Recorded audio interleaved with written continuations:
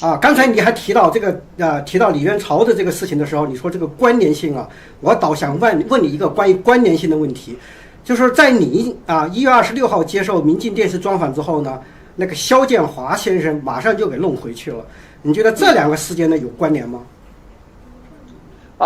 我觉得没有什么太大关联性，它是个必然的啊。我跟肖建华先生有合作，我跟肖建华先生这个是老乡，曾经我们也这个有过很密切的交道。我对这个本人呢还是比较了解的。肖建华先生呢这个比我稍微年轻一点儿，但真实年龄实际上比我大，那是假的年龄啊。这个我找他本人当时就核实过，他没有否认。我说你这个什么15上北大胡扯的事儿。你比我还大啊，他也基本上认了。肖建华先生的这个事情呢，它是个必然现象。我再次说，大家可以过去几年你们看一看习书记、王书记、孟书记的反腐它是一个周密的计划从我18大开完以后，我就这个从各个方面上判断，我认为跟我判断没有什么错误。而且我惊讶的是肖建华先生是这么晚被带回去了。那么他是早晚的事情，因为他不是一个企业家，他是一个今天所说的影子银行、影子金融。什么叫影子金融影子金融就是合法的诈骗牌照他跟李友之间是有相同之处的。他李友也搞了10几个金融牌照，这个肖建华也搞了10几个几十个金融牌照。什么叫金融牌照呢？金融牌照就是说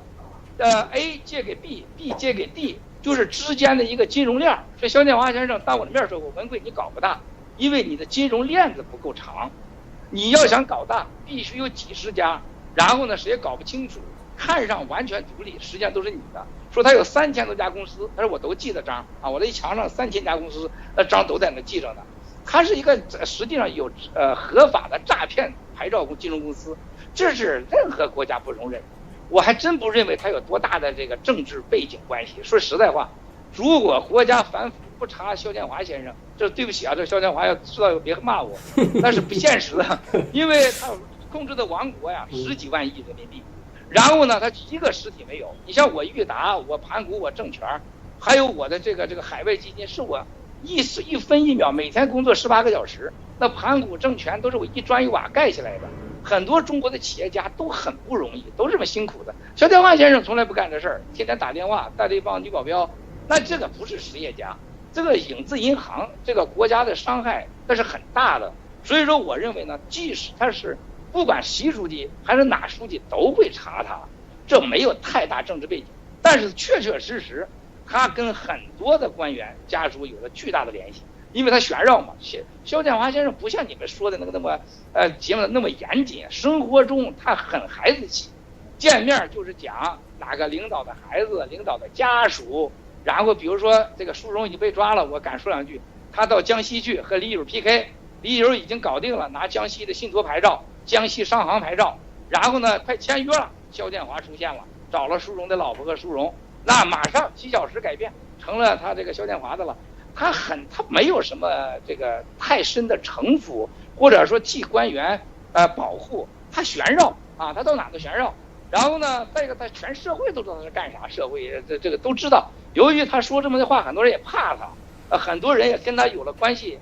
也苦于说别出事儿，保护了他，这都存在。包括他现在跟我要揭发的这些下个的几个目标的关系呢，都有很深厚的经济利益。